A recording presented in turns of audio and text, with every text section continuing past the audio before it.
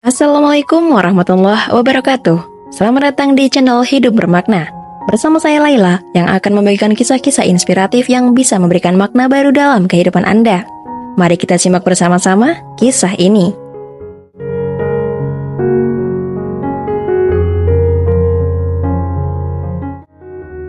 Di sebuah kota kecil yang ramai dengan aktivitas pagi, ada seorang kakek tua yang hampir setiap hari bisa dilihat menyapu jalanan. Namanya Pak Hasan. Tubuhnya kurus, rambutnya sudah memutih, dan kulitnya penuh kerutan.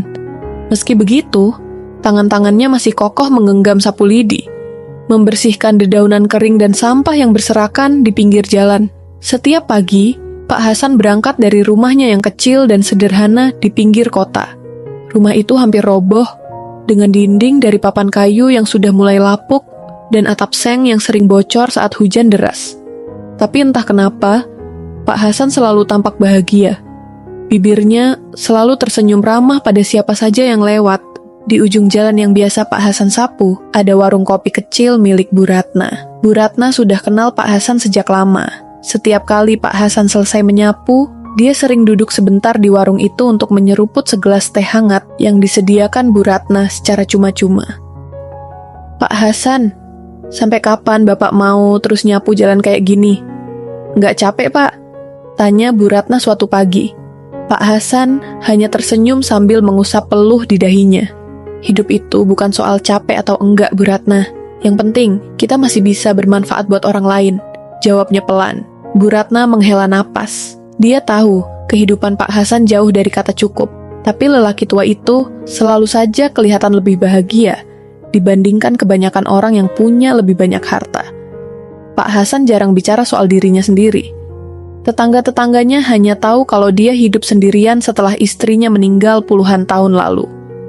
Anak-anaknya, tidak ada yang tahu pasti apakah Pak Hasan punya anak atau tidak. Karena kakek itu selalu menghindari pembicaraan soal keluarga. Yang jelas, setiap bulan, dia selalu terlihat pergi ke pasar untuk membeli bahan makanan secukupnya. Selebihnya, dia menghabiskan waktu menyapu jalan, membersihkan masjid kecil di kampungnya, atau sekadar duduk di depan rumah sambil membaca Al-Quran dengan pelan. Pak Hasan itu orang yang enggak biasa, kata Bu Ratna suatu hari kepada pelanggan warungnya. Meski miskin, dia selalu nyimpen uangnya di kaleng susu bekas. Tapi entah buat apa uang itu.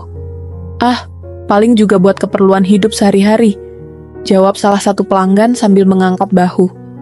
Namun, Bu Ratna merasa ada sesuatu yang disembunyikan Pak Hasan. Pak Hasan memang punya kebiasaan menyisihkan sebagian uangnya, meskipun pendapatannya tidak seberapa. Setiap kali mendapat upah dari pekerjaannya menyapu, dia akan langsung memasukkan sebagian uang itu ke dalam sebuah kaleng susu bekas yang disimpan rapi di bawah tempat tidurnya. Bukan sekali dua kali tetangganya penasaran, tapi Pak Hasan selalu menjawab dengan santai. Namanya juga nabung buat masa depan. Padahal usia Pak Hasan jelas sudah tidak muda lagi. Masa depan seperti apa yang dia maksudkan? Tidak ada yang tahu. Di kampung sebelah, ada sebuah panti asuhan kecil yang dikelola oleh seorang wanita, paruh baya bernama Bu Maryam. Panti asuhan itu menampung sekitar 20 anak yatim piatu yang hidup serba kekurangan. Bangunan panti itu pun hampir sama sederhananya dengan rumah Pak Hasan, dengan tembok yang penuh retakan dan pintu yang sudah longgar engselnya.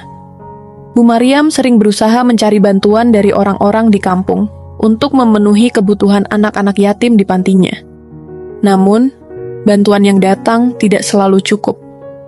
Banyak orang yang merasa enggan membantu, karena menganggap masalah mereka sendiri lebih penting. Namun, ada satu orang yang selalu memberikan bantuan tanpa pernah diketahui identitasnya. Setiap bulan, Bu Maryam akan menemukan amplop berisi sejumlah uang yang diselipkan di bawah pintu panti asuhan itu.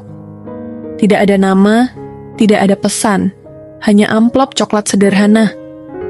Awalnya, Bu Maryam mengira itu berasal dari salah satu dermawan kaya di kota.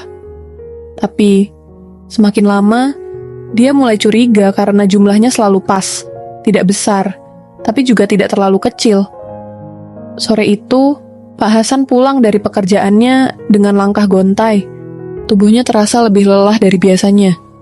Usianya memang sudah tidak muda, tapi dia tetap memaksakan diri untuk bekerja.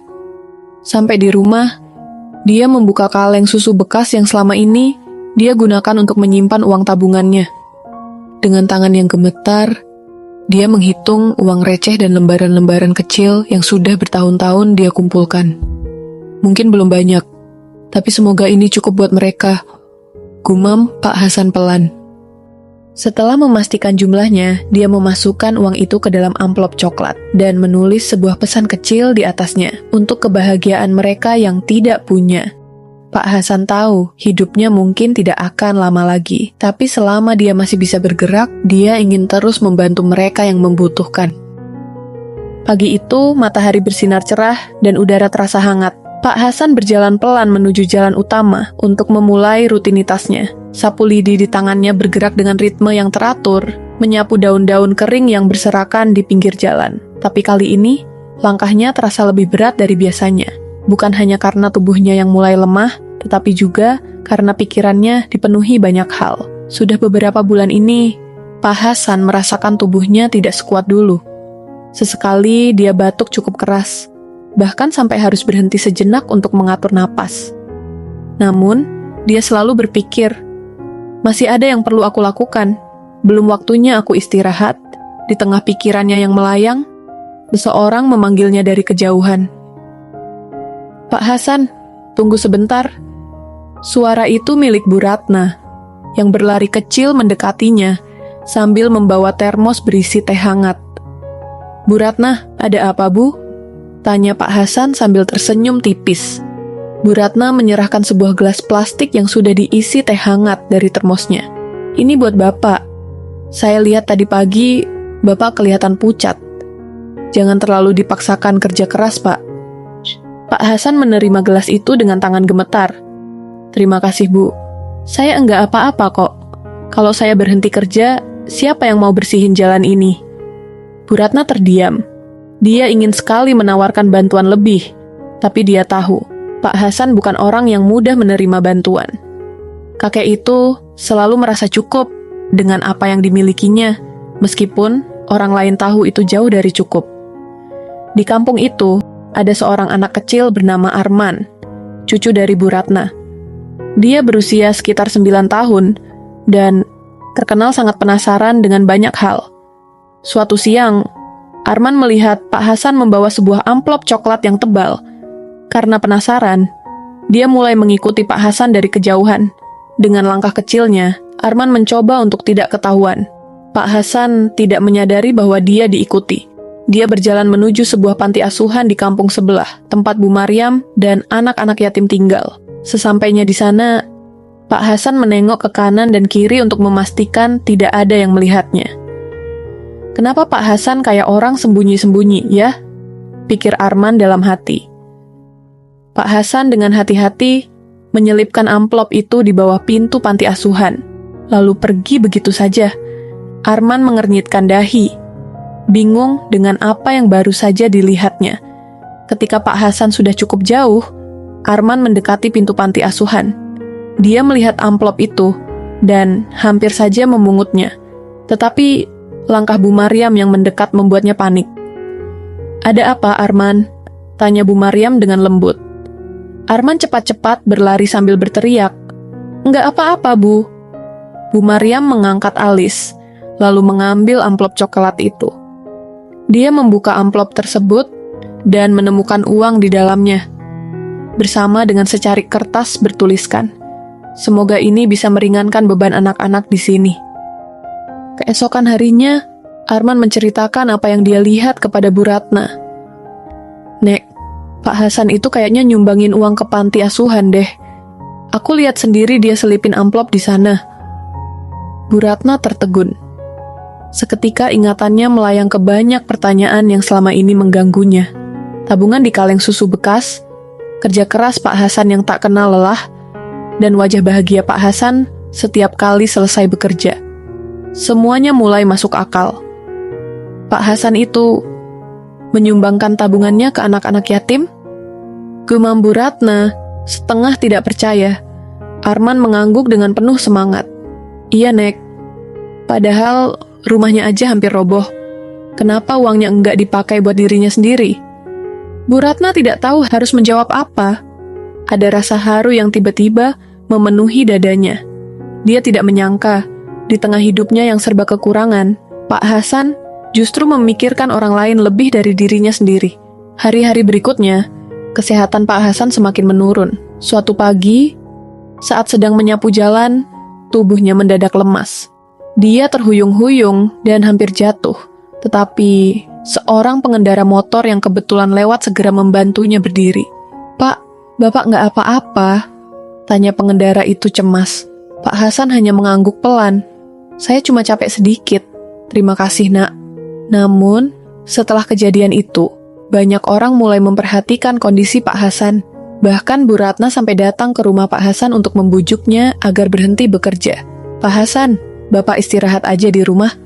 Biar saya yang ngomong sama Pak Lurah, buat cari orang lain yang bisa nyapu jalan," kata Bu Ratna dengan nada serius. Pak Hasan menggeleng pelan. "Saya masih kuat, Bu. Lagian, kalau saya berhenti, saya nggak tahu harus ngapain." "Kalau gitu, paling nggak, Bapak periksa ke dokter dulu, biar tahu apa yang salah sama badan Bapak."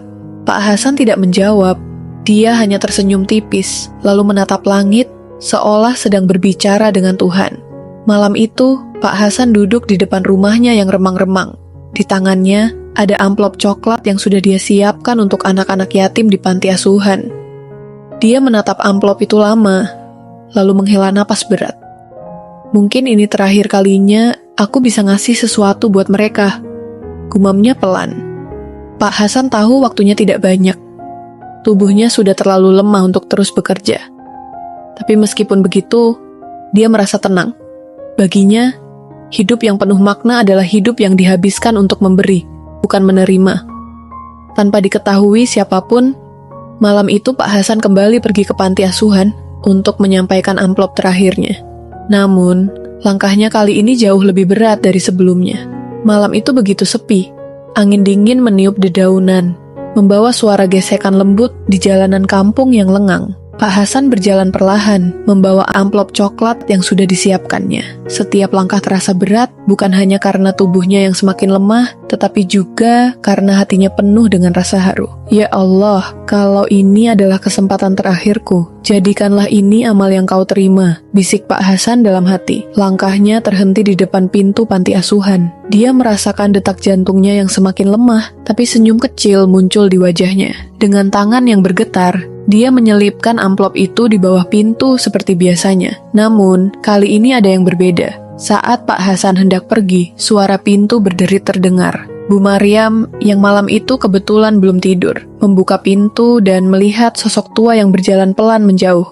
"Pak Hasan," panggil Bu Maryam dengan suara ragu. Pak Hasan berhenti. Perlahan, dia berbalik dan tersenyum. "Maaf Bu Maryam, saya nggak sengaja ganggu malam-malam begini." Bu Maryam berjalan mendekatinya, sambil membawa amplop coklat yang baru saja dia temukan. "Pak Hasan, jadi selama ini Bapak yang selalu mengirimkan uang untuk panti ini?" Pak Hasan terdiam. Wajahnya tampak bingung, apakah dia harus mengaku atau tidak. Tapi setelah beberapa saat, dia hanya mengangguk pelan. "Iya Bu, tapi tolong, jangan bilang siapa-siapa. Saya cuma mau bantu semampu saya." Bu Maryam menatap Pak Hasan dengan mata berkaca-kaca. "Pak Hasan, tapi kenapa? Bapak sendiri hidup susah. Kenapa Bapak nggak pakai uang ini untuk kebutuhan Bapak sendiri?" Pak Hasan menundukkan kepala, lalu menjawab dengan suara lirih, "Saya hidup sendirian, Bu. Apalagi yang saya butuhkan? Anak-anak di sini lebih membutuhkan daripada saya." Bu Maryam membuka amplop itu dengan hati-hati. Isinya lebih banyak dari biasanya. Selain uang, ada juga surat kecil yang ditulis dengan tangan gemetar. Tulisan itu tidak rapi, tapi jelas menggambarkan niat tulus seorang lelaki tua. "Untuk anak-anakku di panti ini, semoga kalian selalu sehat dan bahagia. Maaf kalau Bapak hanya bisa membantu sedikit. Doakan Bapak agar Allah mengampuni dosa-dosa Bapak." Air mata Bu Maryam menetes tanpa bisa ditahan. Dia memandang Pak Hasan dengan penuh rasa haru. "Pak Hasan, apa saya boleh minta Bapak masuk sebentar? Anak-anak pasti senang bertemu dengan Bapak." Pak Hasan menggeleng pelan. "Nggak usah, Bu. Biar anak-anak nggak tahu siapa yang bantu mereka. biar mereka tetap anggap semua ini rezeki langsung dari Allah. Bu Maryam ingin memaksa, tapi dia tahu Pak Hasan bukan orang yang suka menonjolkan diri. Akhirnya, dia hanya mengucapkan terima kasih sambil menundukkan kepala. Semoga Allah membalas kebaikan Bapak dengan surga, ucap Bu Maryam dengan suara bergetar. Keesokan harinya, Bu Maryam tidak bisa menyimpan rasa harunya sendiri. Saat salah satu tetangganya datang ke panti untuk mengantar makanan, dia tanpa sadar menceritakan kisah tentang Pak Hasan. Bayangkan, orang seperti Pak Hasan, yang hidupnya sendiri susah, masih bisa menyisihkan uang untuk bantu anak-anak yatim. Kata Bu Maryam, kabar itu cepat menyebar dari mulut ke mulut. Dalam waktu singkat, hampir semua orang di kampung tahu tentang kebaikan hati Pak Hasan. Di warung Bu Ratna, obrolan pagi itu dipenuhi dengan cerita tentang Pak Hasan. Nggak nyangka ya, Pak Hasan yang kelihatannya miskin, ternyata punya hati yang begitu besar, ujar seorang pelanggan. Iya, padahal kita yang hidup lebih baik dari dia aja kadang masih mikir-mikir kalau mau sedekah, tambah yang lain. Namun, di balik kekaguman itu, ada rasa bersalah yang mulai menyelimuti hati banyak orang. Mereka merasa malu karena selama ini tidak pernah memperhatikan Pak Hasan, apalagi membantunya. Hari itu, Pak Hasan memaksakan diri untuk tetap bekerja, meski tubuhnya terasa semakin lemah. Namun, baru beberapa jam menyapu jalan, dia tiba-tiba terjatuh. Orang-orang di sekitar segera berlari untuk menolongnya. "Pak Hasan, Bapak kenapa?" teriak seorang ibu. Pak Hasan membuka matanya perlahan. Wajahnya pucat dan napasnya tersengal-sengal. "Saya cuma lelah, Bu. Nggak apa-apa." Mereka membawa Pak Hasan ke rumahnya yang sederhana. Setelah dibaringkan di tempat tidurnya yang usang, salah satu tetangga memanggil dokter kampung untuk memeriksa keadaannya. Dokter datang dan memeriksa Pak Hasan dengan teliti. Pak Hasan harus banyak istirahat, tubuhnya terlalu lemah karena kelelahan, kata dokter dengan nada serius. Namun, Pak Hasan hanya tersenyum tipis. "Terima kasih, Dok. Saya masih kuat kok." Sore itu, Bu Maryam datang ke rumah Pak Hasan membawa beberapa anak yatim dari pantinya. Mereka membawa makanan dan buah-buahan sebagai tanda terima kasih. Pak Hasan terkejut melihat mereka. "Kenapa kalian repot-repot ke sini? Saya enggak butuh apa-apa." Salah satu anak yatim, seorang bocah perempuan bernama Siti, mendekat dan menggenggam tangan Pak Hasan. "Bapak, terima kasih ya. Karena Bapak, kami bisa makan enak. Kami selalu doain Bapak supaya sehat." Pak Hasan menatap Siti dengan mata berkaca-kaca. "Kalian enggak perlu berterima kasih. Semua ini rezeki dari Allah, bukan dari saya." Anak-anak itu mengangguk, tapi senyum mereka penuh rasa syukur. Bu Maryam pun tidak bisa menahan air matanya melihat momen itu. "Pak Hasan, anak-anak ini sudah menganggap Bapak seperti ayah mereka. Terima kasih atas semua yang sudah Bapak lakukan," ucap Bu Maryam. Pak Hasan hanya tersenyum kecil, meski matanya menyiratkan rasa haru yang mendalam. Malam itu terasa lebih sunyi dari biasanya. Di kamar sederhana yang hanya diterangi lampu minyak, Pak Hasan duduk bersandar di atas kasur lusuhnya. Tubuhnya semakin lemah, dan nafasnya terdengar berat. Pandangannya menerawang ke arah langit-langit yang mulai retak, seolah mencari jawaban dari Tuhan. Di sudut ruangan, sebuah kaleng susu bekas masih tergeletak dengan sisa tabungan yang tidak seberapa. Pak Hasan memandang kaleng itu dengan tatapan penuh renungan. "Kalau besok aku masih diberi umur, aku mau bawa ini ke panti lagi," gumamnya pelan. Namun, tubuhnya terasa semakin lelah. Hingga akhirnya, Pak Hasan memejamkan mata, mencoba beristirahat dari semua yang dia pikirkan. Pagi berikutnya, Pak Lurah datang berkunjung ke rumah Pak Hasan. Pak Lurah ditemani oleh beberapa stafnya membawa sebuah karung besar berisi sembako dan amplop berisi uang bantuan. Pak Lurah mengetuk pintu rumah Pak Hasan dengan suara lantang. Pak Hasan, ini saya, Pak Lurah. Buka pintunya, Pak." Namun, tidak ada jawaban. Pintu rumah itu tetap tertutup rapat. Tetangga yang melihat kejadian itu mulai berkumpul, khawatir sesuatu terjadi pada Pak Hasan. Bu Ratna mendekat dan menawarkan diri. "Pak Lurah, saya biasa bantu Pak Hasan. Biar saya coba buka pintunya." Dengan hati-hati, Bu Ratna membuka pintu rumah Pak Hasan yang tidak terkunci. Begitu masuk, mereka menemukan Pak Hasan masih terbaring di kasurnya. Wajahnya pucat, tapi dia masih hidup. Nafasnya terengah-engah. seolah setiap tarikan udara adalah perjuangan. "Pak Hasan, kenapa nggak bilang kalau Bapak sakit?" tanya Bu Ratna dengan suara cemas. Pak Hasan membuka matanya perlahan. Dia menatap rombongan yang berdiri di depannya dengan senyum lemah. "Saya nggak apa-apa, cuma kecapekan. Kenapa kalian datang ke sini?" Pak Lurah duduk di samping Pak Hasan. "Pak Hasan, kampung ini berhutang banyak pada Bapak. Kami baru tahu dari Bu Maryam tentang kebaikan hati Bapak yang selama ini menyumbang untuk anak-anak yatim." Pak Hasan menggeleng pelan. "Tolong Pak Lurah, jangan besar-besarkan hal ini. Saya cuma melakukan apa yang saya bisa. Nggak ada yang istimewa." Pak Lurah menepuk bahunya. "Justru itu Pak Hasan, tindakan kecil Bapak punya arti besar buat banyak orang. Kami ingin membalas kebaikan Bapak."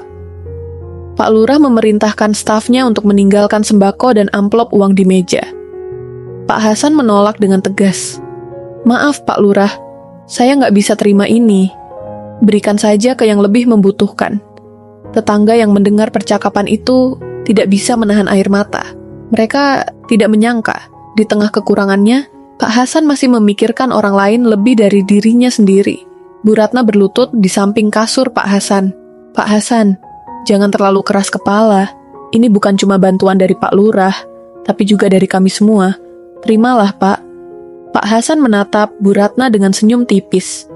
"Kalau begitu, saya terima, tapi hanya untuk keperluan anak-anak yatim di panti. Boleh begitu, Bu Ratna?" Bu Ratna mengangguk sambil mengusap air matanya.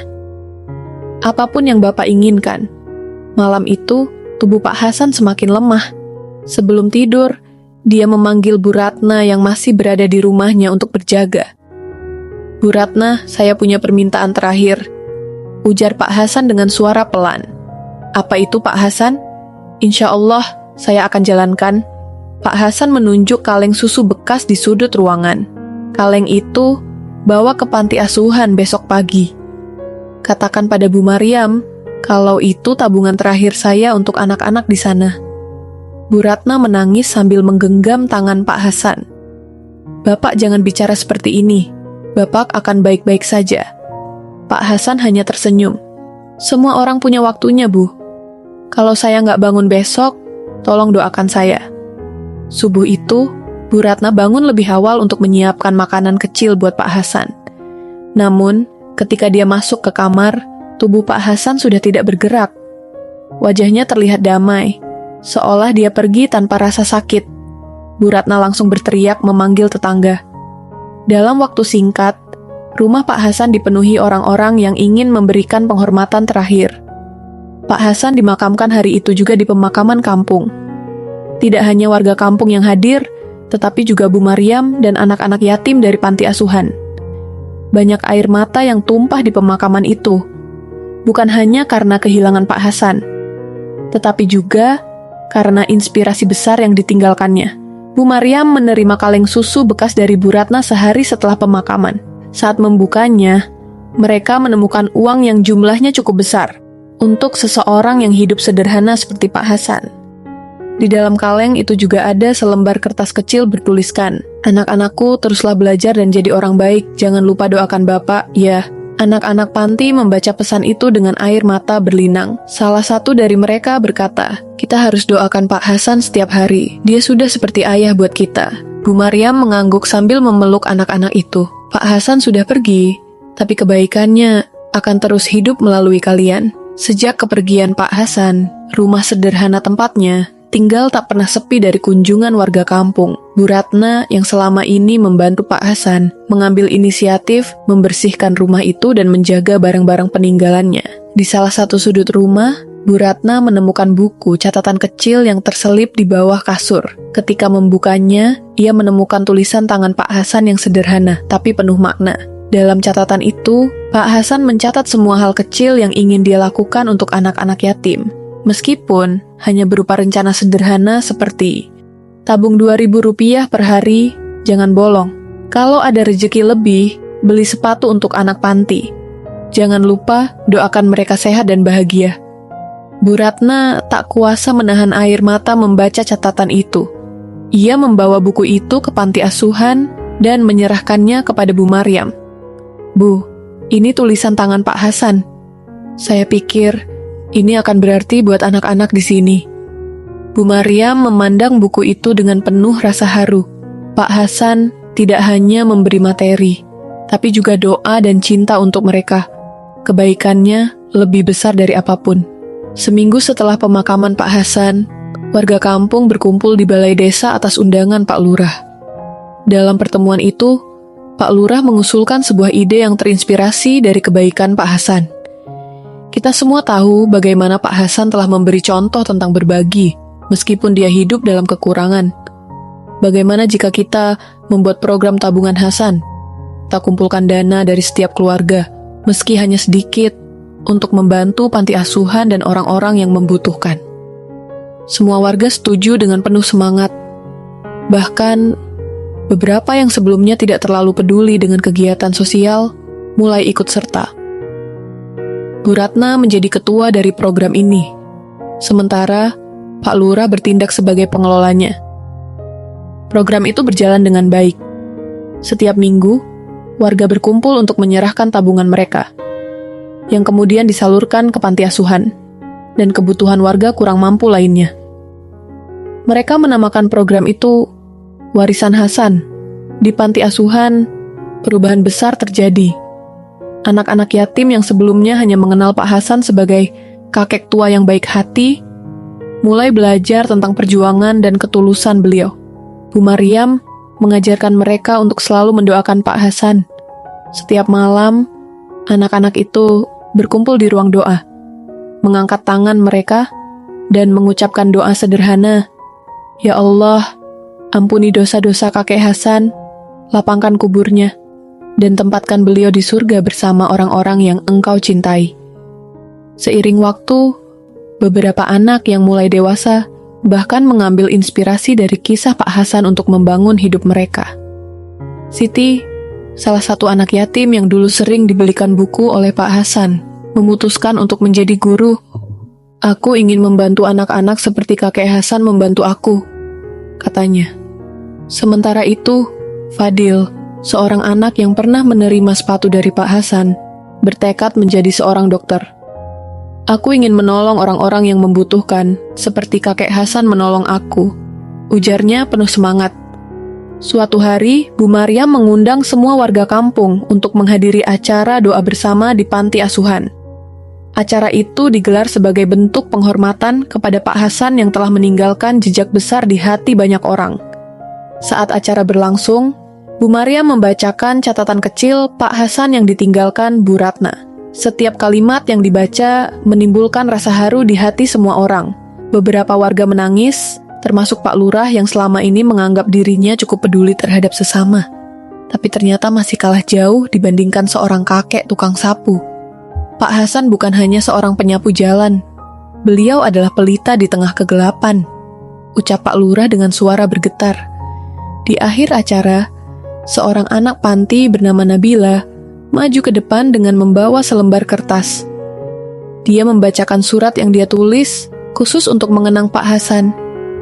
"Kakek Hasan, terima kasih karena selalu peduli pada kami."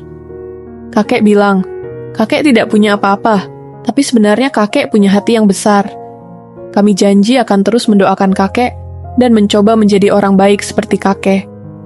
Semoga Allah memberikan tempat terbaik untuk kakek di surga." Amin. Surat itu membuat semua orang yang hadir terisak haru. Tahun demi tahun berlalu, tapi nama Pak Hasan tetap hidup di hati orang-orang yang mengenalnya. Kampung itu sekarang dikenal sebagai kampung yang penuh kepedulian.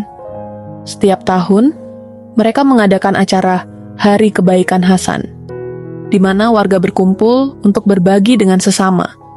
Anak-anak yang dulu tinggal di panti asuhan kini sudah banyak yang dewasa. Mereka membangun hidup mereka berdasarkan inspirasi dari sosok Pak Hasan. Beberapa dari mereka bahkan mendirikan yayasan untuk membantu anak-anak yatim dan orang-orang yang membutuhkan. Siti, yang kini menjadi guru, sering menceritakan kisah Pak Hasan kepada murid-muridnya. Belajar itu penting, tapi menjadi orang baik jauh lebih penting. Lihatlah, seorang tukang sapu seperti kakek Hasan bisa mengubah hidup banyak orang hanya dengan kebaikan hati. Fadil, yang berhasil menjadi dokter, memasang foto kecil Pak Hasan di ruang kerjanya. Dia selalu mengingatkan dirinya untuk melayani pasien dengan tulus, seperti ketulusan Pak Hasan. Pak Hasan mungkin telah pergi, tapi jejak kebaikannya tidak pernah hilang. Kisahnya mengingatkan kita bahwa berbagi tidak membutuhkan kekayaan, hanya hati yang tulus dan niat yang ikhlas. Di akhir cerita ini, marilah kita semua merenung apa yang sudah kita lakukan untuk membantu orang lain, apa yang akan kita tinggalkan untuk dunia ini ketika kita pergi nanti. Karena sejatinya yang abadi bukanlah harta, melainkan kebaikan hati yang terus dikenang oleh mereka yang kita tolong. Tamat.